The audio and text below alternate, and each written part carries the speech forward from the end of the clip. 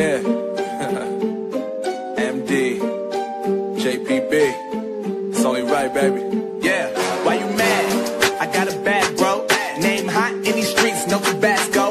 But I'm so stuck, that's a fact, yo. And if you think I'm frontin', you can run it back, yo. Or run it back. You know that I run it. Everything you wanna do, I already done it. And I got your little boo telling me she love me. I got this one, that one. Damn, it's gonna be a long night. Hello guys, what is up? It is me, Prince Otis, and I'm back here with a new part to one of your favorite series, What If Asta Was Itachi's Reincarnation Part 3, Susanoo. So, without any further ado, y'all know what to do, so I'm not going to say anything more. Let's recap. After meeting Lake in the cave when he was teleported there, Asta fights him, and soon Lake is forced to retreat by blinding Asta. And when he leaves, Asta is joined by Julius, and they investigate before eventually returning to the Clover Kingdom. But Asta goes and checks on Yuno while making other clones go and help Julius explain the situation to the Magic Knights. And during this, the other clones are helping out people in general. After this, Asta takes a free day the next day and goes to a pub to eat, where he ends up meeting Luck. Although initially hiding his presence, he steps out when a drunkard reaches for Rebecca, who is out on a triple date with her friends at Magna, Luck, and Fernal.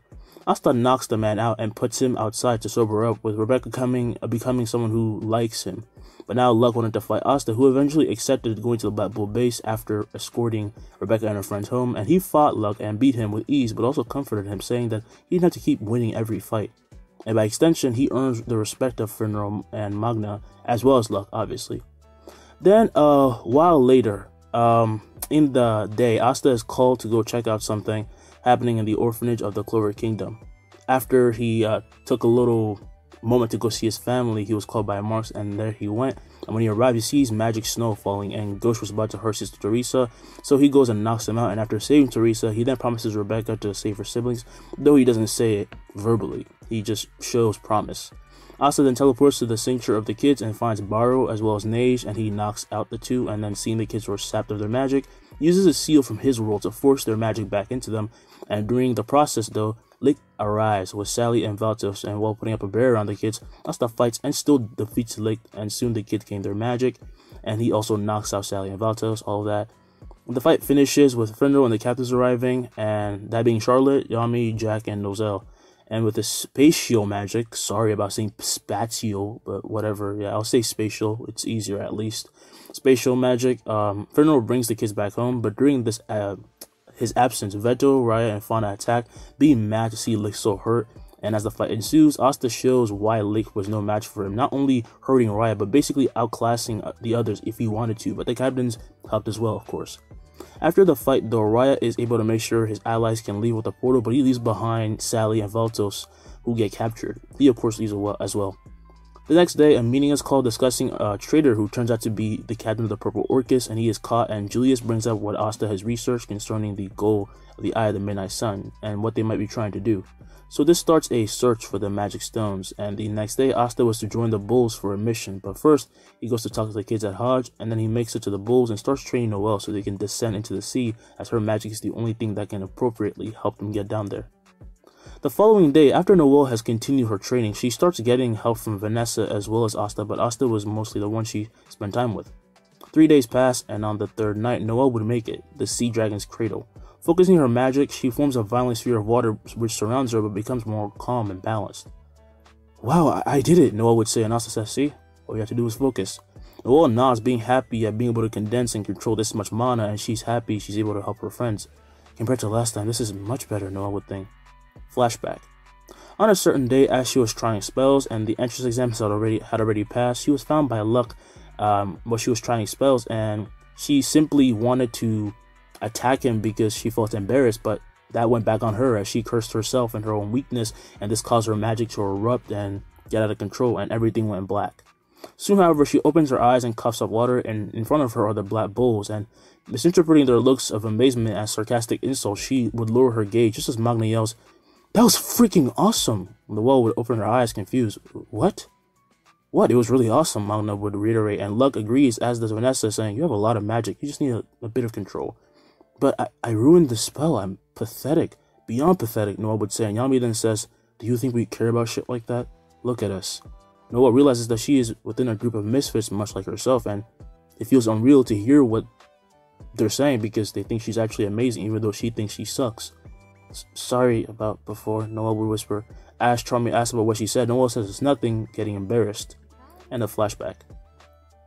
Noelle descends gracefully, stopping her spell as she runs to Asta, hugging him, and as she does though, she realizes what she's doing and backs away. Sorry, I just... It's fine, Asta would say. A hug won't hurt me, you know.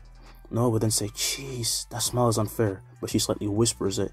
And as she would say this, Asta then turns, saying, come out now. Noelle asks what's wrong when from behind a boulder walks out a girl, and Kahono would say, hi, sorry, I just thought you looked really great. No ill intent. Should be fine, Asta would think, as he then introduces himself and Noelle, and Kahono comes over asking if they were training, and Noelle would say yes. What are you doing here?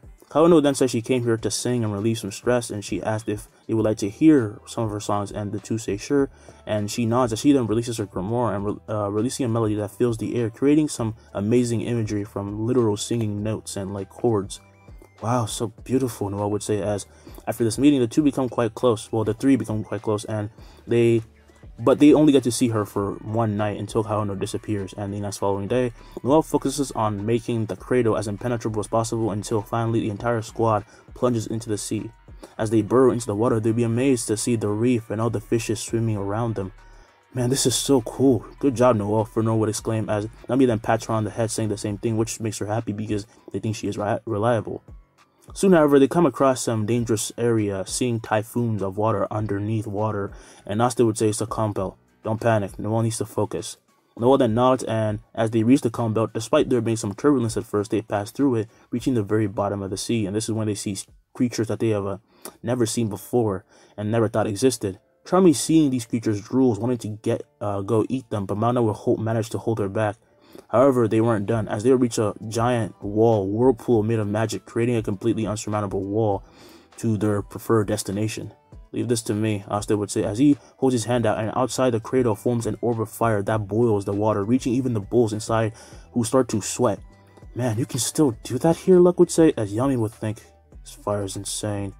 The orbs then release multiple condensed beams that attack and rupture the whirlpool, leaving a giant gaping hole before it unravels completely, and this leaves everyone shocked at how he can still use fire magic even though they are literally surrounded by nothing but water, but he used this to such an amazing degree. Shall we continue? Asta asks with a smile.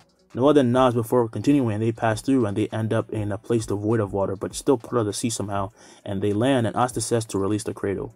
Noelle does, and they realize they can actually breathe here, with Magna asking, how does that even work? Like it says in the name, Asta says, Grand Zone of Magic. Consider it a condensed dimension from everything else. Before them stands a giant tower made of rocks and reefs, and when they would hear the sound of people, they turn to see the inhabitants of the sea temple run up, being happy to have visitors. Oh, they're magic knights. It's been decades since we actually had guests.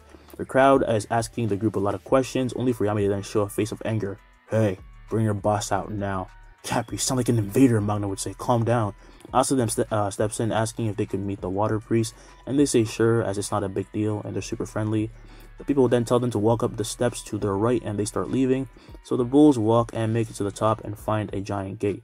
This gate then opens on its own, so taking initiative, they enter and see that the cave has a bunch of tunnels, and it is quite dark.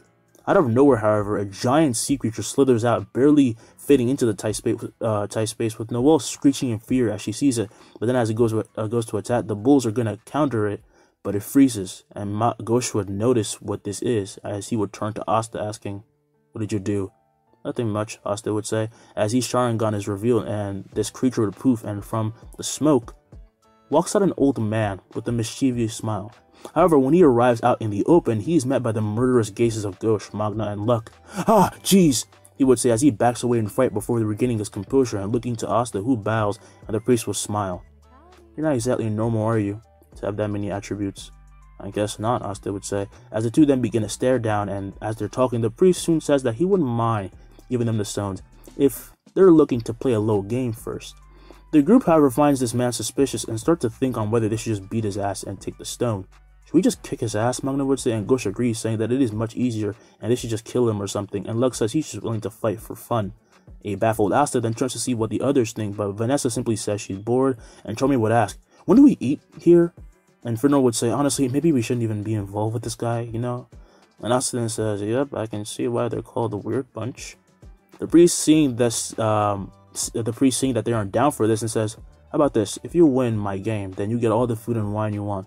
"Hell yeah, now you're talking," they would say, as this is when the priest summons his grimoire, and with a smile, he raises his arms into the air, gathering magic, and from behind them, above, the other temple priests, well, temple knights, I guess you could say, jump out from the walls and the little holes in the walls, and then in front of everyone, wearing fish masks. "Did you call for us, priest? Is it these guys? They look pretty average to me. We're gonna be fighting them." "The fuck you say?" Magna would yell, as the bulls then start to feel insulted. Now they're even more motivated for this little game, because they can't stand these people already. Kahono, while in disguise, tries to avoid staring at Asta and Noel, but Asta slightly turns to her, recognizing her mana. So this is her home, he would think. The priest then, using his magic, causes everyone to fall. Meanwhile, Asta and Yami are brought along with the priest, and they appear in a different room. And there is a couch behind them, and in front of them is a table with food, and there is a bunch of screens showing the locations of each Black Bull member. "Oi, you old fart, why the hell are we here?" Yami would ask. And the priest says that they are too strong, and putting them down there is a bad idea. It just wouldn't be as fun. You understand. Asta then sighs, saying they should be fine. "It should be okay, but the minute you start to prolong this, I will simply take the stone."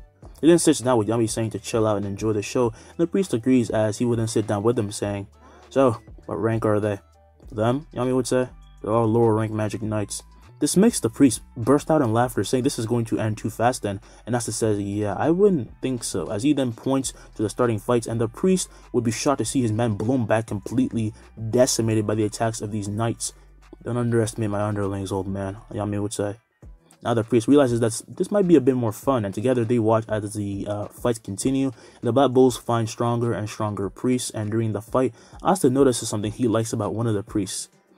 Even when paired up with someone like Luck, he's quite good, Asta would think. He moves as if he's dancing, and he can be discreet. Unfortunately, Kiyato, who Asta is referring to, is beaten by Luck because Luck is just too strong, but he's not a bad sport about it. Matter of fact, he's quite happy about it, and he takes a bit of learning from it.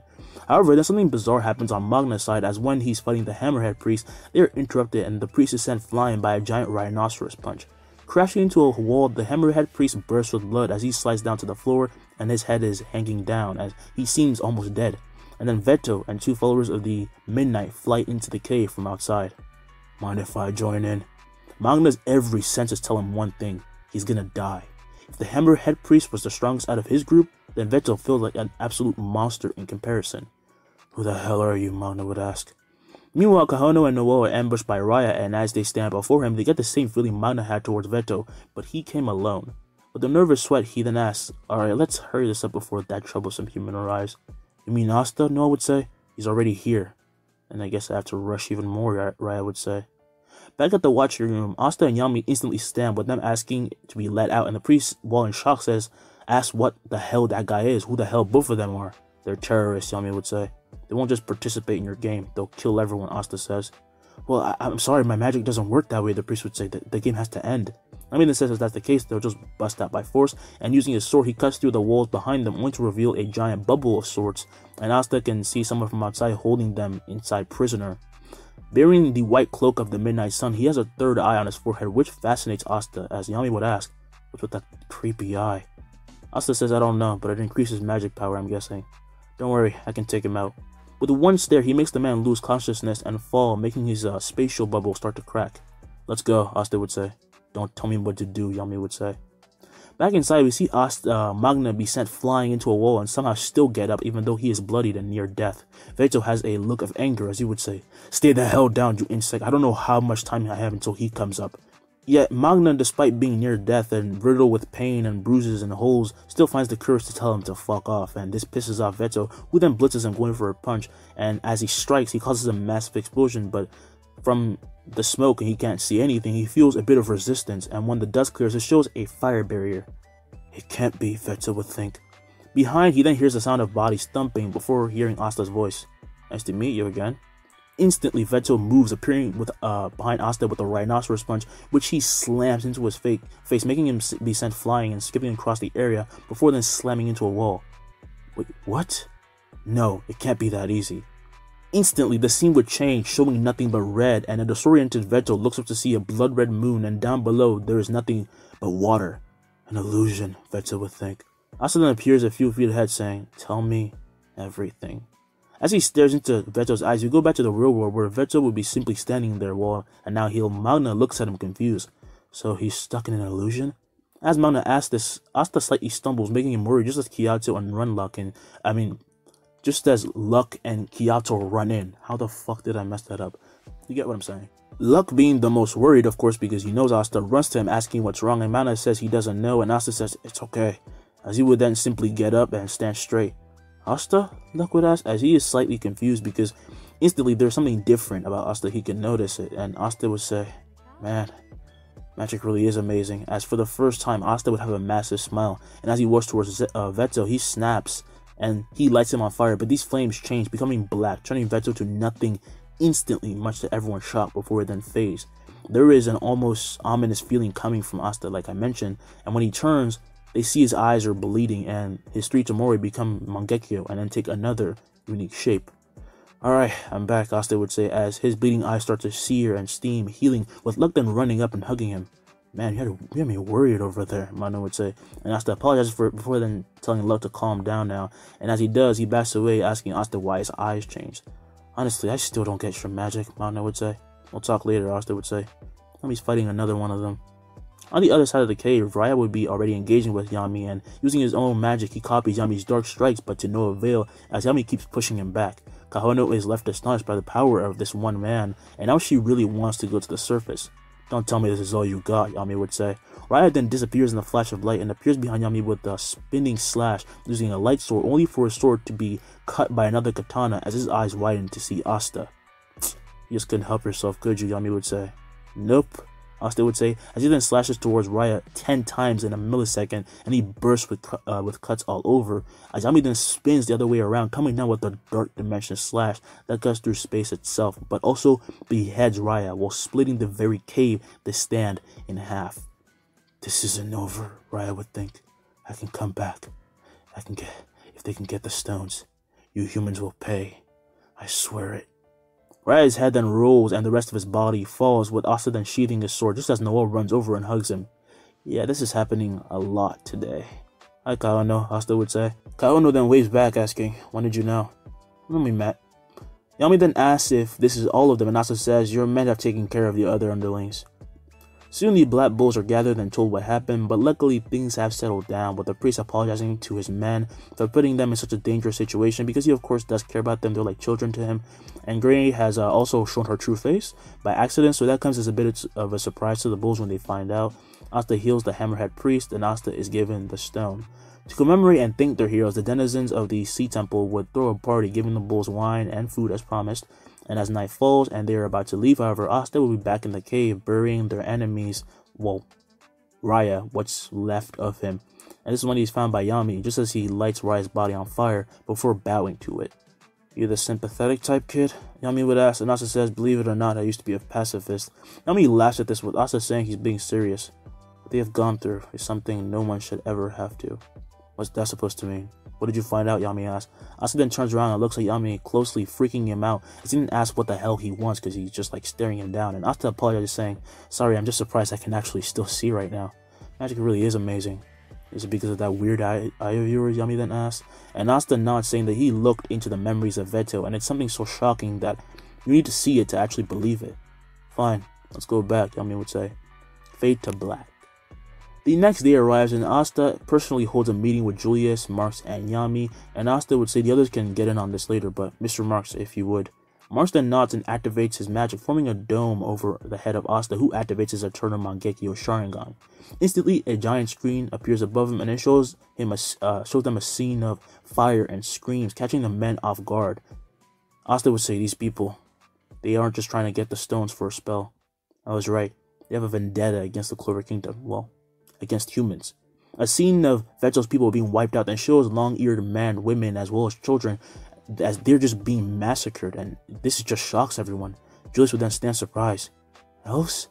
Asta nods as Marks then deactivates his magic due to how surprised he is, and he would say, no wonder. Just what happened exactly? How did they get wiped out? Asta says he doesn't know as his eyes revert back to normal, and he says, but if I had to guess, maybe it was because the elves had so much abundance of mana. Nobles attacked them out of greed. This makes them start to understand, and it makes sense because of course nobles would do that. And Yami says, well, this is a huge bomb to drop, ain't it? Sorry about that, Asta would say. However, this is when Asta's face turned to seriousness, and he tells Marsh to check for surrounding enemies approaching. In haste, Marsh does so, as far from the kingdom, he would show a giant army of diamond mages approaching on his little screen, and Asta would say, they're not far.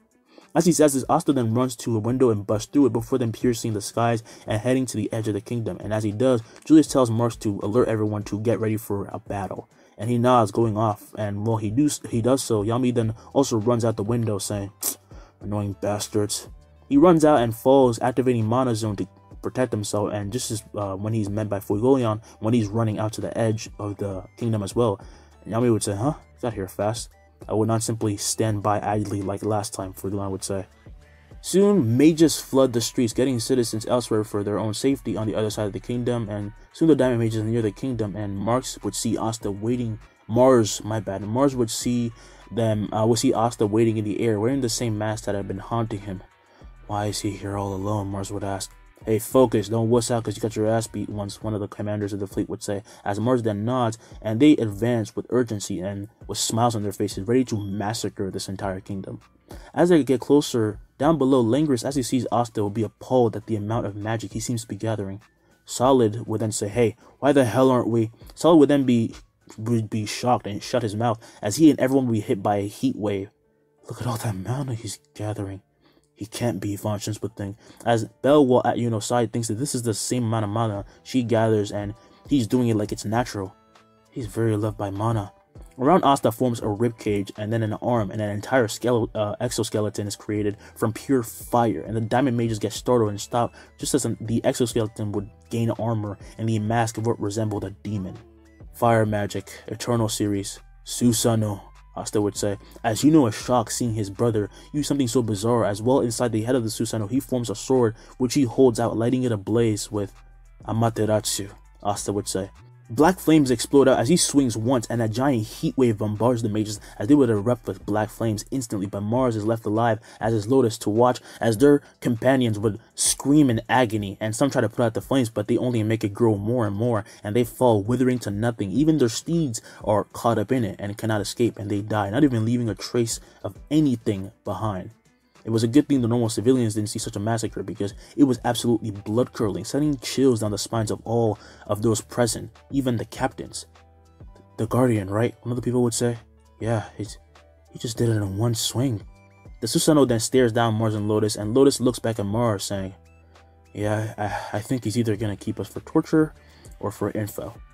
Mars would then say, well, we don't. Before he can say anything else, he loses consciousness, as does Lotus, and they fall, and they are caught by a giant bird made of fire. And Asta Susanoo turns, raising his flaming sword into the air, causing everyone to cheer, as Fuegoleon would say, his control surpasses even that of my sister. It's as if he's a fire lord or something. Asta then brings in the two diamond mages, and he holds them in his hands as the fire bird then dissipates, and the Susanoo vanishes, leaving only the ribcage and one skeleton arm which holds both Lotus and Mars. And Asta lands down gracefully and puts down the mages just as Yuno flies over, and he lands. What the hell was that? Susanoo, Asta would say. Oh, who's this? Belle, as she finally meets Asta, who Yuno's been saying that he's been chasing after for years, understands why, exceptionally after seeing what he did, and she yells, Yuno's not gonna lose to you. Asta, instead of being agitated, however, starts to laugh as Belle covers her eyes, not being able to handle the shine that a smile produces, and his unwavering confidence is just too much. You're a tough opponent, she would say. Well, I'm not gonna lose either, obviously, Asta would say. The other mages then gather around, enamored by the power of Asta, including the bulls, exempting, of course, Gauche, Gordon, and Gray. Meanwhile, Marks then runs back to Julius's office and then finds him trying to hold back his laughter. I guess we didn't really need much, huh? Julius would say. Sir, you're far too relaxed about this, Marks would say. Well, truth be told, that was terrifying, Julius would say. Luckily he's on our side, right? As the mages celebrate their win, with Asta taking care of everything, people are told about the masked man who saved them single-handedly, and at first they didn't believe it, but they were told it was the same man who put out his fire clones to save them for the last attack, and the Guardian's identity wasn't to be revealed yet. Instead, Julius wanted to reveal his identity during the festival. As for Asta's position, because I haven't talked about it much, the other nobles don't like it, but he has come to become someone irreplaceable, and already he's in charge of the security of the kingdom, even doing a better job than Marks did and Julius did. When Julius actually brought him in, he had an argument with all of them, but the very next day, Asta already did more than the Magic Knight captains did, like, easily. but they haven't given up on finding a way to incriminate him or remove him from the picture, and Asta is of course aware of this. Not that he's gonna just lay back and let it happen. Fade to black. Lotus then opens his eyes and he sees a silhouette of Asta, and he fully becomes conscious, and he finds Asta standing in front of him, and they are not in a basement anymore. He's not being interrogated, and he's in Asta's personal open training ground, and it's behind the castle. Lotus is not binded or anything, and he would slowly stand, seeing no one around. Where's Mars? He's sleeping, Asta would say. And where am I? My personal dojo of sorts. I've been building it for a while, but that's not the point. I wanted to talk to you. I don't have anything else to tell you, Lotus would say. And Asta says, no, I wanted you to join a squad. However, Lotus cuts him off, saying Asta, no, just no. I can't defect to the Clover Kingdom. I can say the same for Mars. Definitely. Asta was surprised and smiles, saying, well, it was worth a try. That's all? Lotus would ask. Asta then says, well, I can't force you. We'll be sending you back again. I can't very well hold back a father from his family, can I? What about the mages? What about their families? Lotus would ask. There's no way they have any, Asta would say. Lotus then laughs at this, saying that they're kind of insane, so it's to be expected, but he then surprisingly thinks Asta saying that it might not mean much, but this is the second time they've met, and he's still letting them go after what they've done. You'll be escorted out by one of my clones soon, Asta would say, but if we do meet in a situation like this again, you may not live. Understood, Lotus would say, as a fire clone then forms and grabs Lotus before then disappearing in a flash, and Asta would sigh before then sitting down cross-legged. Well, there are other options. As he says this, his head gets filled with info, as he would then stand having received the mission from Julius through a clone. I think I may need some assistance, he would think. That brings us to the end of the video, y'all. What did y'all think? Did you love it as much as the other ones? I hope you did. I really hope you did, because this took a lot of work. Don't, just skip this. So by the way, who should I put in Asta's squad? I am limiting it to 4 people at most, and I have Kiato and Kahono in mind to join. I already added them in the next part, and I'm thinking of Zora as well. But who do you think should be the 4th? Because I want to make it like a basic team for Genin. When they team up, there's at least 4 people, so I want to think of it like that. So tell me down below who you think I should put in as the 4th person. Zora will be joining Asta instead of the Black Bull, so that's going to change things a bit, but not that much. But yes, this is the end. So yeah, that's about it. Don't forget to like and subscribe, hit the notification bell, and so you can stay updated to all my videos and all of that. And I really hope you enjoyed this 3rd part. Peace.